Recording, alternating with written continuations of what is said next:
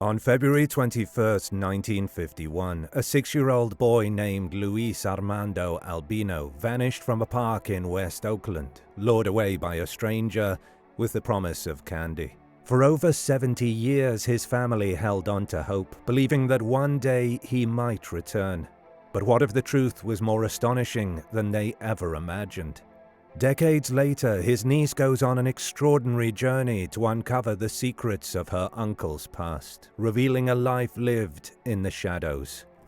How does a child lost to time find his way back home? Welcome to Bad Things. Today we bring you one of the most tragic child disappearances solved in a surprisingly heartwarming way.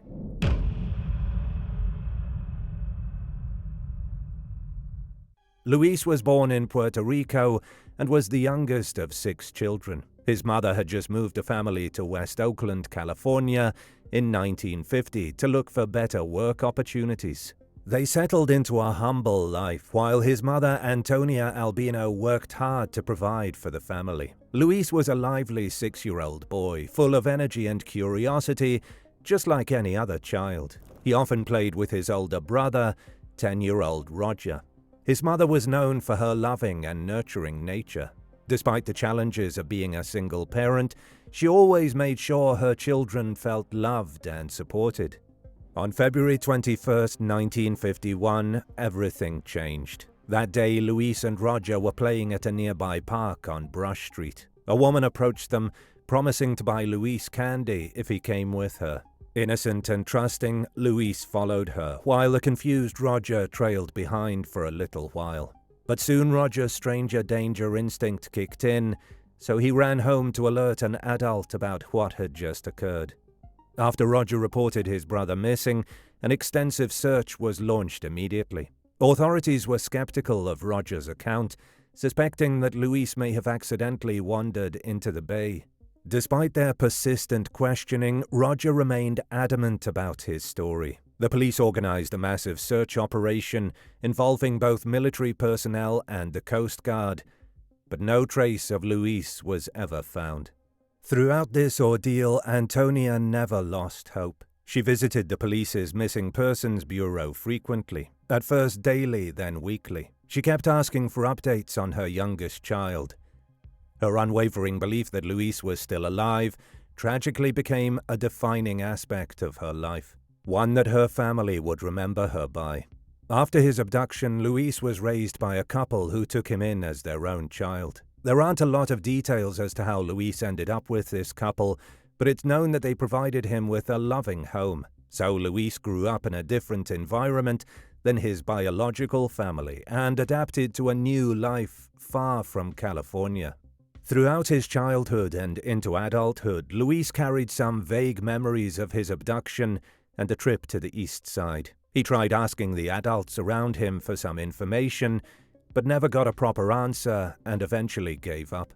As life progressed, Luis built a life for himself, eventually settling on the East Coast.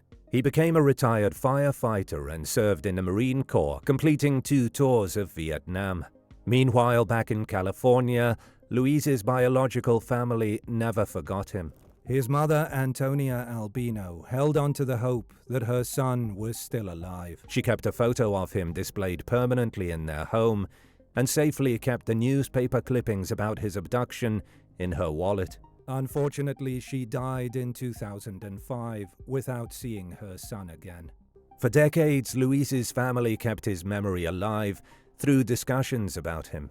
His extended family often wondered what had happened to him and hoped for a miracle that one day he would return. Fast forward to 2020, one of Luis's nieces named Alida Alakin decided to take an online DNA test, just for fun. Growing up, she had always heard stories about her missing uncle, Luis, who was abducted at the age of 6. When Alida received her results, she discovered a 22% DNA match with a man living on the East Coast. Intrigued but uncertain, she initially reached out to him but didn't receive a response, so she dropped the case. However, a few years later in early 2024, Alida felt inspired to dig deeper into her uncle's case after watching a documentary about missing persons. This reignited her determination to find out more about the man who matched her DNA. She stated that she had a spark of inspiration while discussing her family history with her daughters. She said, "I started to name all my mom's siblings, and when I got to the youngest, Luis, the baby, I paused in the middle of the sentence. I said, I don't think this person I found on Ancestry was some half-brother like I first thought. I think he was the brother that was kidnapped." Alida and her daughters began scouring old newspaper articles in the Oakland Public Library. They spent hours poring over the microfilm of the Oakland Tribune, eventually locating a photograph of Luis with his brother Roger. This discovery helped nurture the belief that they were headed in the right direction. In June 2024, armed with the photo and DNA match, Alida approached the Oakland Police Department and shared the research she had collected. The police recognized the weight of this new evidence and agreed to reopen Luis's missing persons case. Naturally, the authorities faced obstacles in reaching Luis on the East Coast. Despite their efforts, they struggled to make contact with him and his family. This delay was frustrating, but Alida remained hopeful.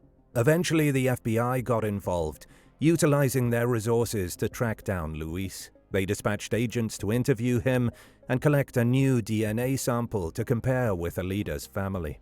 After testing, authorities confirmed that Luis was indeed Alida's long-lost uncle. The news brought overwhelming joy. Alida described grabbing her mother's hands and exclaiming, "We found him."